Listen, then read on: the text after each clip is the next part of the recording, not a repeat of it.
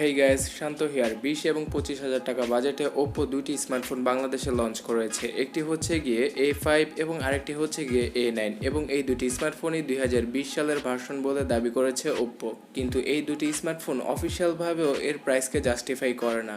তো কেন করে না সেটাই জানাচ্ছি আজকের ভিডিওতে, অবশ্যই শেষ পর্যন্ত দেখবেন এবং ভালো লাগলে লাইক দিতে ভুলবেন না। প্রথমে জানা যাক এই দুটি স্মার্টফোন আমাদেরকে কি অফার করছে। ডিজাইনের কথা বলতে গেলে একদম সিমিলার ডিজাইনের সাথে আসে এই দুটি স্মার্টফোন। পেছনের দিকে এই দুটি স্মার্টফোনেরই পলিকার্বনেটের ব্যাগ ব্যবহার করা হয়েছে, আর ফ্রন্ট সাইডে রয়েছে 6.5 ইঞ্চির একটি HD+ রেজলিউশনের ডিসপ্লে। হ্যাঁ, আপনি ঠিকই শুনেছেন, HD+ রেজলিউশনের ডিসপ্লে। আর ওপ্পো আমাদের কাছ থেকে দাম চাইছে 20 থেকে 25,000 টাকা। ডিসপ্লেতে শার্পনেসের ঘাটতি দেখাই যাবে, যেহেতু এটা একটা বড় ডিসপ্লে এবং রেজলিউশনও কম। তাছাড়া সফটওয়্যার হিসেবে অ্যাজ ইউজুয়াল অ্যান্ড্রয়েড 9 পাই এবং ওপ্পোর নিজস্ব ColorOS 6 তো থাকছেই। দুইটি স্মার্টফোনই পারফরমেন্সের জন্য স্ন্যাপড্রাগনের 665 প্রসেসরটি ব্যবহার করা হয়েছে, যেটা কিনা 11 ন্যানোমিটার থ্রেডে বিল্ড করা একটি অক্টাকোর প্রসেসর। আর গ্রাফিক্স হিসেবে Adreno 610 তো রয়েছেই। বাংলাদেশে অফিসিয়ালভাবে Mi A3 স্মার্টফোনে এই প্রসেসরটি ব্যবহার করা হয়েছিল, আর Mi A3-র দামও প্রায় 25,000 টাকার মতো। সো এই দিক দিয়ে আমি বলবো যে অফিসিয়াল ডিভাইস হিসেবে এই প্রসেসরটি ঠিকই রয়েছে। বেশি একটা পাওয়ারফুল প্রসেসর নয়, তারপরও ডেলি টাস্কগুলো খুব সহজে হ্যান্ডেল করা যাবে। আর ইন্টারনাল স্টোরেজ হিসেবে ওপ্পো A5 স্মার্টফোনে রয়েছে 4 128GB ভেরিয়েন্টটি, এবং এই ভেরিয়েন্টের প্রাইসই হচ্ছে গিয়ে 20,000 টাকা অফিসিয়ালি। অন্যদিকে ওপ্পো A9 স্মার্টফোনটির 8 128GB ভার্সনটিকে লঞ্চ করা হয়েছে 25,000 টাকার মধ্যে, এবং এর ইন্টারনাল স্টোরেজটি হচ্ছে গিয়ে UFS 2.1 এর। তাছাড়া মাইক্রো SD কার্ড ব্যবহার করার সুবিধাও রয়েছে এই দুটি স্মার্টফোনে, কারণ এখানে রয়েছে একটি ডেডিকেটেড স্লট।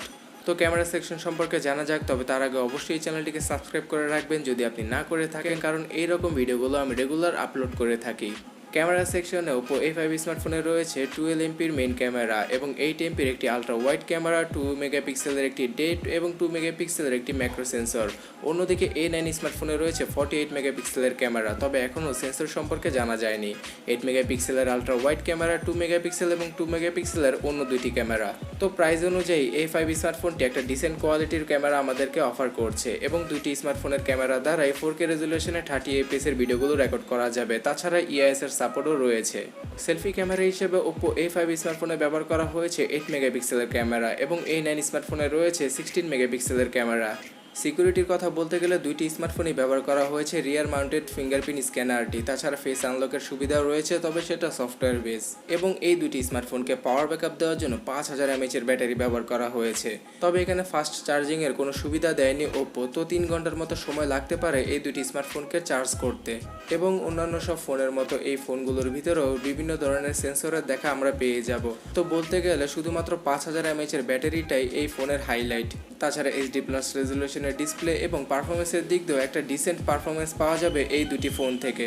অফিসিয়াল প্রাইস হিসেবে আমি বলবো প্রাইসটা কিছুটা বেশি হয়েছে, তবে অতটা বেশি নয়, কারণ আনঅফিসিয়ালি এই ফোনগুলো আরও কমে পাওয়া যাবে।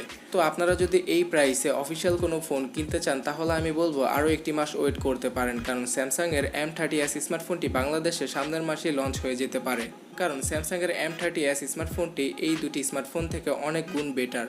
তো আপনি কেন আমাকে নিচে কমেন্ট সেকশনে কেন জানাচ্ছেন না এই দুটি স্মার্টফোন সম্পর্কে আপনার মতামত কি? আর অবশ্যই সাবস্ক্রাইব করার পরে পাশের বেল আইকনটিতে ক্লিক করে রাখবেন যদি আপনি না করে থাকেন।